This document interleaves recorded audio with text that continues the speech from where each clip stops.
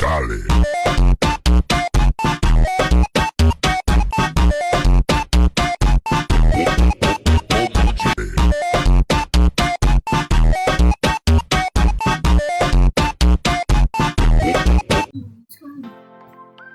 Assalamualaikum warahmatullahi wabarakatuh.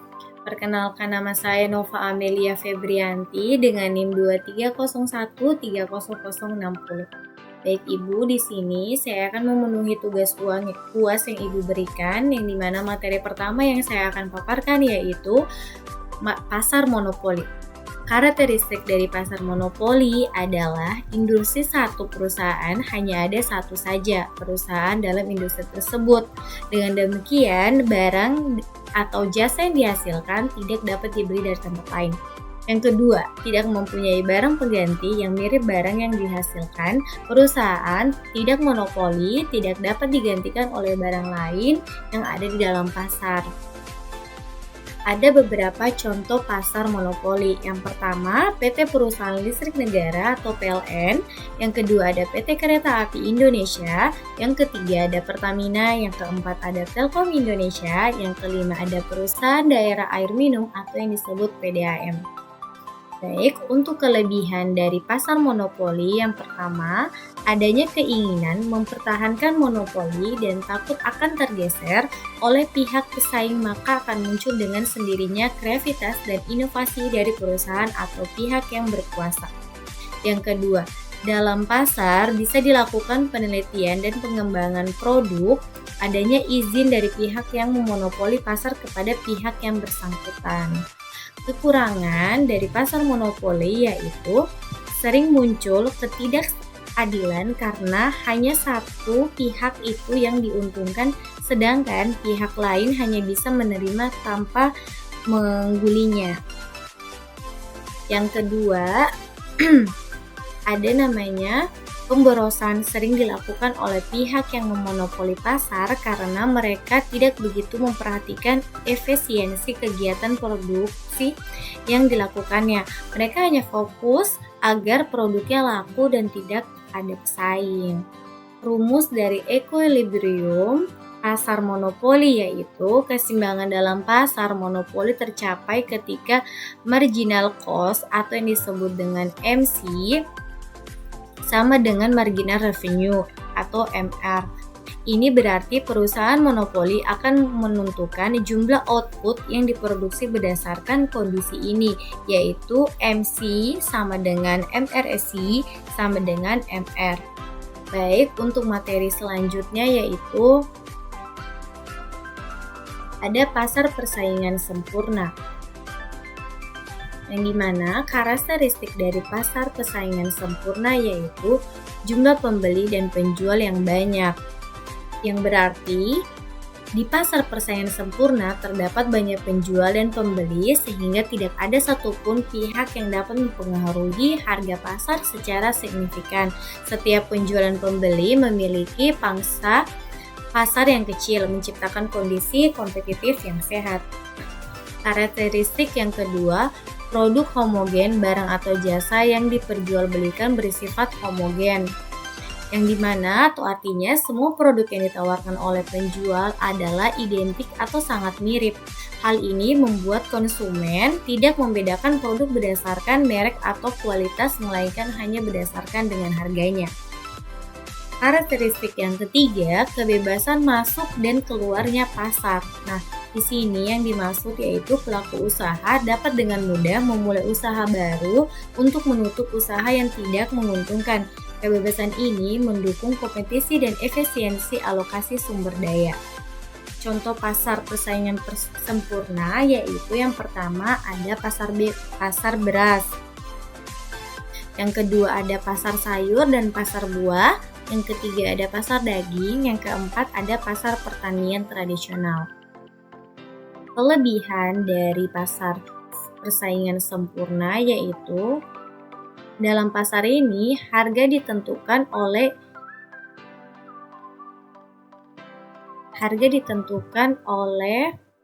interaksi antara permintaan dan penawaran sehingga tidak ada satupun penjual yang dapat mempengaruhi harganya. Penjual tidak memiliki kekuatan untuk mengganggu konsumen dan pembeli bebas memilih penjual manapun. Yang ketiga, pasar ini mendorong efisiensi dalam produksi dan alokasi sumber daya. Kekurangan dari pasar persaingan sempurna yaitu tidak ada keunggulan produk, minimnya variasi produk, keterbatasan dalam praktik bisnis, faktor eksternal tidak terhitung, tidak ada keuntungan besar. Baik, untuk rumus dari equilibrium pasar persaingan sempurna yaitu quantity demand sama dengan kuantitas yang diminta. Quantity supplied sama dengan kuantitas yang ditawarkan. Price demand, harga permintaan. Price supply, harga penawaran. Proses menentukan equilibrium yaitu yang pertama fungsi permintaan QD sama dengan A dikurang B, PQ dengan D sama dengan A kurang BP. Fungsi penawaran QS yang kedua, QS sama dengan C tambah D, PQS sama dengan C tambah DP. Baik, untuk materi selanjutnya kita masuk pada materi pasar oligopoli. Yang pertama, karakteristik dari pasar oligopoli yaitu sedikit produsen dominan. Dalam pasar oligopoli terdapat hanya beberapa perusahaan besar yang menguasai sebagian besar pangsa pasar. Yang kedua, saling ketergantungan. Keputusan yang diambil oleh suatu perusahaan akan mempengaruhi keputusan perusahaan lainnya. Yang ketiga, ada produk homogen atau terdiferensiasi. Produk yang ditawarkan dalam pasar oligopoli bisa bersifat homogen atau sama atau terdiferensiasi atau yang berbeda. Ada contoh pasar oligopoli. Yang pertama, industri rokok. Perusahaan rokok seperti PT HM Sampurna Tbk, PT Gudang Garam Tbk, dan PT Jarum. Yang kedua ada industri telekomunikasi. Perusahaan seperti Telkomsel, Indosat Ooredoo, dan XL Sieta mendominasi pasar. Yang ketiga ada industri penerbangan. Maskapai penerbangan seperti Garuda Indonesia, Lion Air Group, dan Citylink merupakan contoh lain dari pasar oligopoli. Selanjutnya, kita masuk di kelebihan dari pasar oligopoli. Yang pertama, perusahaan sangat mengupayakan inovasi dan menjaga kualitas terbaiknya mengingat persaingan yang begitu ketat.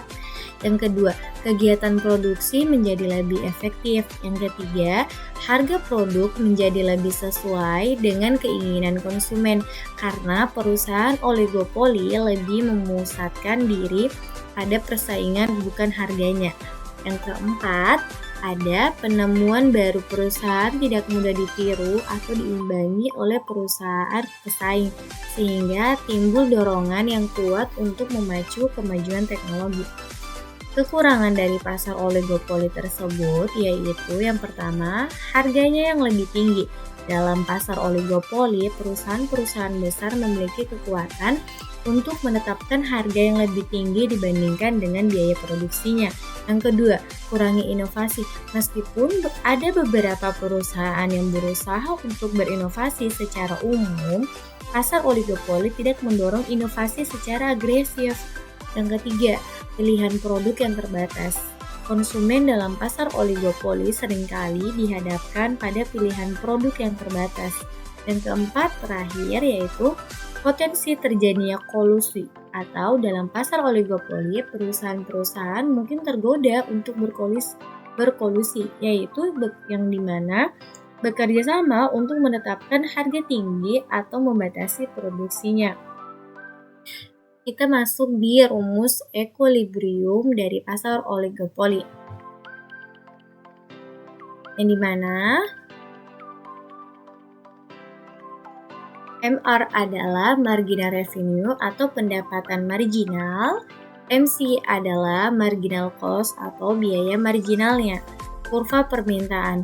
P sama dengan A kurang B dalam kurung kuantiti 1 tambah kuantiti 2. Fungsi permintaan dapat dinyatakan sebagai price sama dengan A kurang B atau dalam kurung kuantiti 1 ditambah kuantiti 2. Di mana A dan B adalah konstanta dan Q1 dan Q2 adalah output dari masing-masing perusahaan tersebut. Marginal revenue atau MR perusahaan pertama, MR1 A kurang B Q2 dikurang 2B Q1.